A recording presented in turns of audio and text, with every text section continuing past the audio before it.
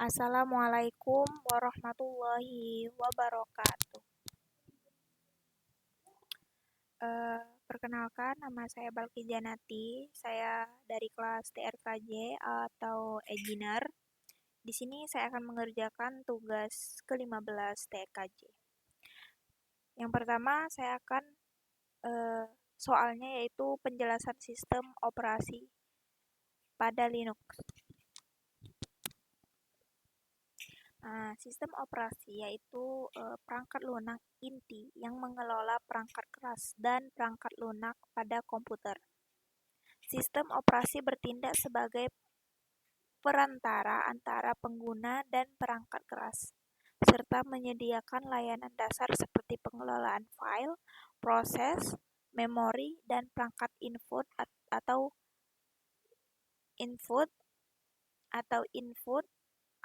output. Contoh sistem operasi adalah Windows, Linux, Mac OS, dan Android.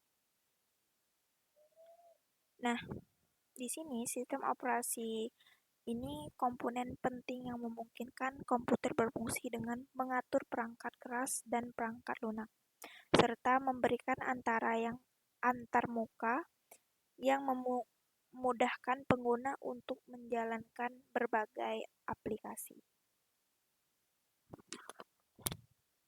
Selanjutnya, di sini adalah jenis-jenis sistem operasi. Yang pertama ada sistem operasi standalone, sistem operasi live CD, sistem operasi embedded, dan sistem operasi jaringan. Nah, di sini sistem operasi standalone ini sistem operasi yang berjalan secara mandiri pada komputer. Tidak memerlukan sistem operasi lain untuk mendukungnya seperti Windows, macOS atau Linux. Yang kedua adalah sistem operasi live CD. Nah, sistem operasi yang dapat dijalankan langsung dari CD atau DVD atau USB tanpa menginstal ke hard drive. Biasanya digunakan untuk pemulihan atau pengujian ya. Contohnya Ubuntu Live CD atau Knoppix. Yang ketiga ada sistem operasi embedded. Sistem operasi yang dirancang untuk perangkat dengan tujuan khusus seperti alat elektronik, perangkat load atau sistem otomatis. Contohnya embedded Linux, FreeRTOS, Android, dan Things. Nah, yang terakhir di situ ada sistem operasi jaringan. Nah, sistem operasi yang dirancang untuk mengelola dan mendukung operasi di jaringan komputer. Dan ini memungkinkan berbagai perangkat untuk saling terhubung dan berbagai sumber daya. Contohnya Linux Server, Windows Server, Novel Network, gitu.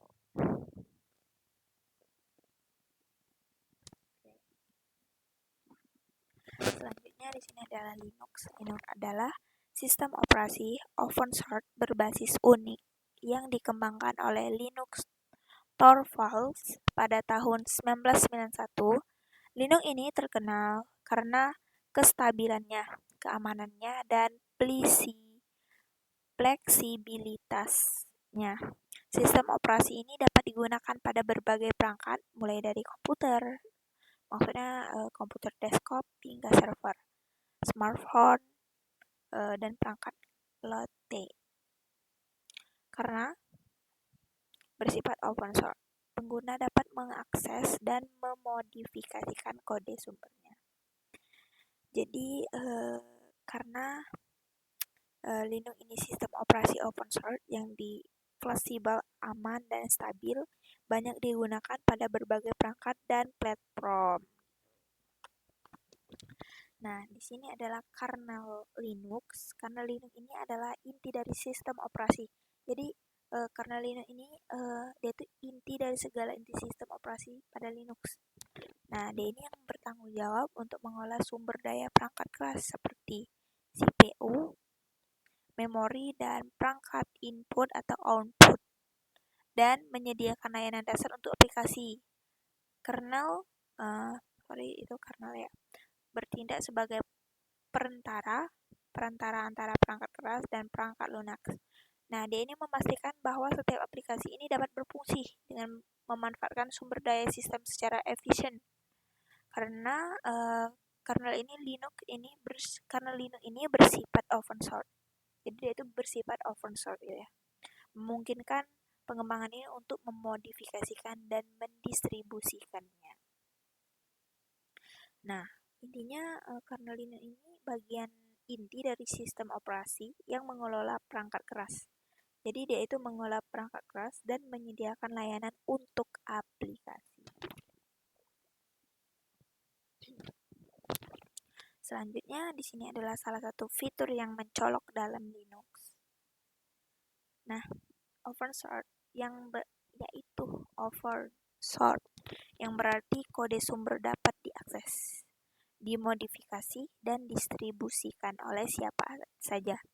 Hal ini memberikan kebebasan bagi pengguna untuk menyesuaikan dan mengoptimiskan sistem sesuai dengan kebutuhan mereka. Selain itu, komunitas pengembang di seluruh dunia ini terus berkontribusi untuk memperbaiki dan memperbarui Linux, menjadikan lebih aman, stabil, dan fleksibel.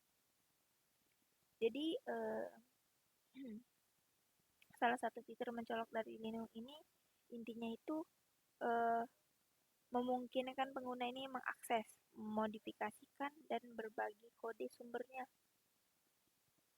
memberikan kebebasan dan fleksibel dalam penggunaan serta pengembangan sistem operasi. Itu guys.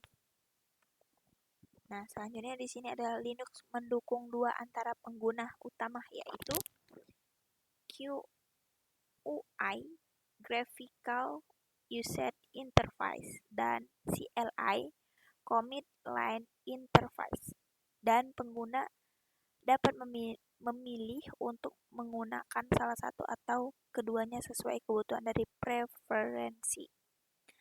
Jadi, Linux ini mendukung dua jenis antarmuka yaitu pengguna, yaitu GUI dan CLI.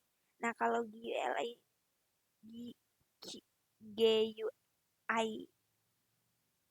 ini grafis. Nah, sedangkan CLI ini baris perintah, dan pengguna dapat memiliki salah satu menggunakannya bersama-sama sesuai kebutuhan dan preferensinya. Preferensi. Oke. Nah, selanjutnya di sini adalah distribution Linux. Maksudnya di sini distribution Linux adalah variasi sistem operasi berbasis kernel Linux yang dilengkapi perangkat lunak tambahan dan antarmuka pengguna untuk memenuhi kebutuhan spesifik pengguna. Di sini juga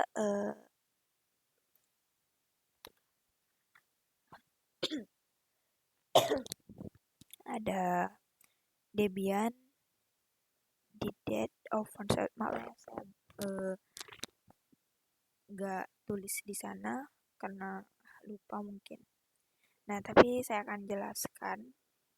Tapi pada intinya distribution Linux ini variasi sistem operasi berbasis kernel Linux yang dilengkapi dengan perangkat lunak tambahan dan antarmuka pengguna untuk memenuhi kebutuhan spesifik pengguna. Nah, di sini penjelasan dari Debian. Debian ini distribusi Linux yang terkenal karena stabilitasnya. Nah, dia ini dikenal dengan basisnya yang kuat untuk server dan desktop. Jadi dia itu kuat untuk desktop dan server. Debian ini memiliki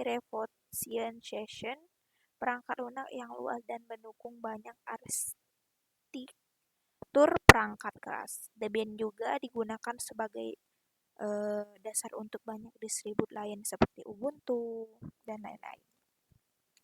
Dan di sini juga ada Red Hat, yaitu distribut Linux yang dirancang untuk kebutuhan interface dan presentation, terutama untuk server ya. Nah, Red Hat ini Enterprise Linux Rail menawarkan dukungan komersial, pembaruan yang terjamin, dan keamanan yang sangat diperhatikan. Red Hat ini memiliki ekosistem besar dan digunakan di banyak organisasi besar.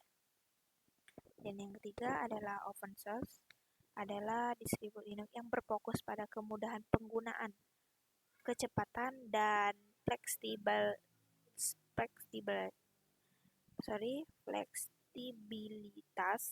Open source ini hadir dengan dua versi. Live yaitu lebih stabil dan cocok untuk pengguna biasa, dan Tabliwit yaitu versi rolling releases untuk pengguna yang menginginkan pembaruan terbaru. Open source ini banyak digunakan untuk server dan pengembangan perangkat lunak. Jadi di antara tiga ini, Debian, Red Hat, dan open source ini adalah berbagai distribusi Linux yang masing-masing menawarkan fitur dan keunggulan yang berbeda. Jadi mereka itu ada kekurangan dan ada kelebihan, jadi keunggulannya itu berbeda, seperti stabilitas, dukungan komersial, dan fleksibilitas untuk memenuhi kebutuhan berbagai jenis pengguna. Nah, siapa saja yang bisa menggunakan Linux? Nah, Linux ini digunakan oleh pengguna pribadi, perusahaan, pengembang perangkat lunak, pendidik dan peneliti, server dan data center, serta perangkat lotte dan embedded system.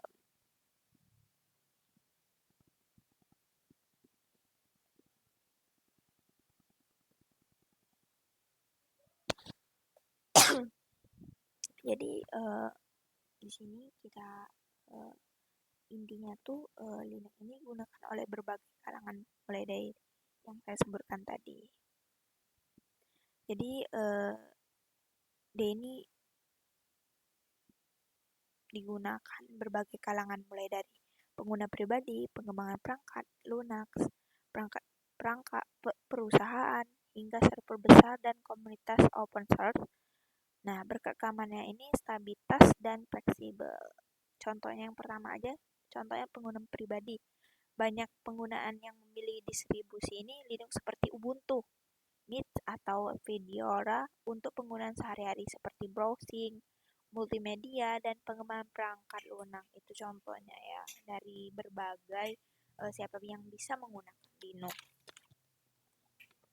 Selanjutnya, mengapa kita harus menggunakan Linux?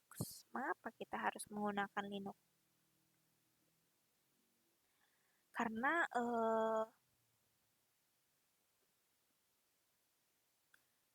di sini ada beberapa alasan mengapa banyak orang memilih untuk menggunakan Linux. Karena yang pertama ini gratis dan open source. Yang kedua keamanan, yang kedua stabilitas, yang keempat kustomisasi, yang kelima format tinggi, dan yang keenam komunitas besar. Nah, apa sih gratis dan open source itu? Nah, sistem operasi yang dia ini adalah sistem operasi yang bebas biaya dan open source, yang berarti pengguna ini dapat mengakses, memodifikasikan, dan mendistribusikan kode sumbernya. Nah, yang kedua adalah keamanan. Jadi Linux ini lebih aman daripada banyak sistem. Jadi dia tuh aman operasi lain dengan kontrol akses yang lebih ketat dan sedikit target bagi virus atau malware, sehingga lebih jarang terkena serangan. Dan yang ketiga adalah stabilitas. Nah, Linux ini dikenal dengan stabilitasnya, membuatnya ideal untuk pengguna server, perangkat keras lama, atau lingkungan yang membutuhkan uptime tinggi. Nah, yang keempat itu ada kustomisasi. Jadi dengan Linux ini pengguna ini memiliki kontrol penuh dan menyesuaikan tampilan dan functionalism, maksudnya sistem operasi sesuai dengan kebutuhan mereka. Dan yang kelima, yang kelima, format tinggi. Nah, format tinggi ini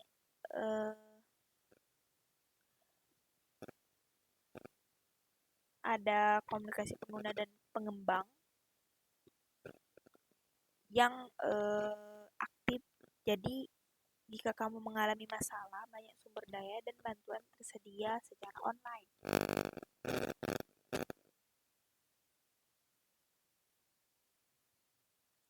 Nah, yang terakhir yaitu komunitas besar.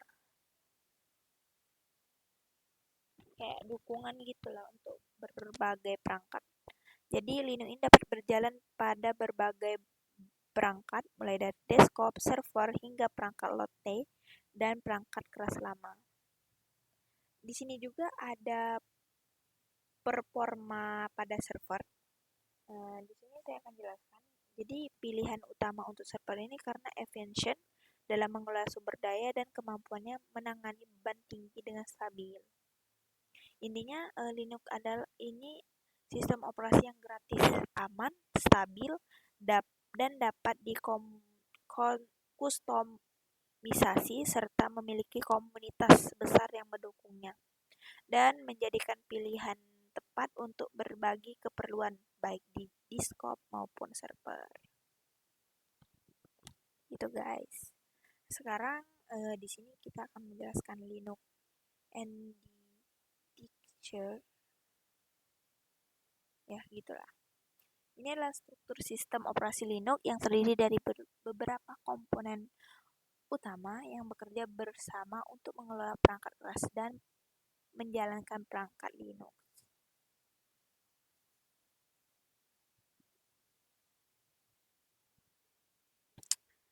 Jadi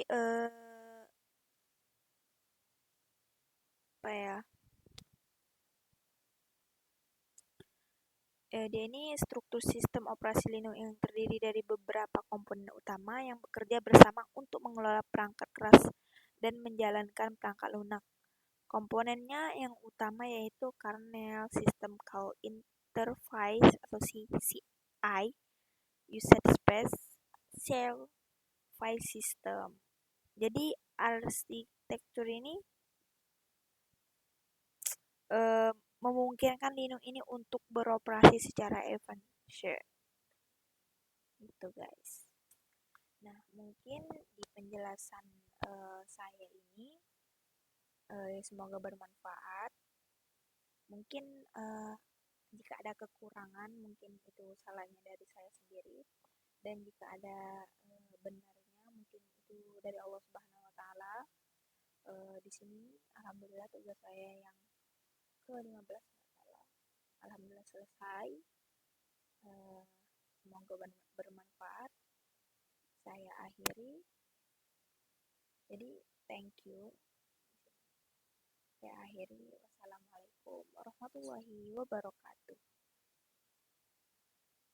Bye-bye.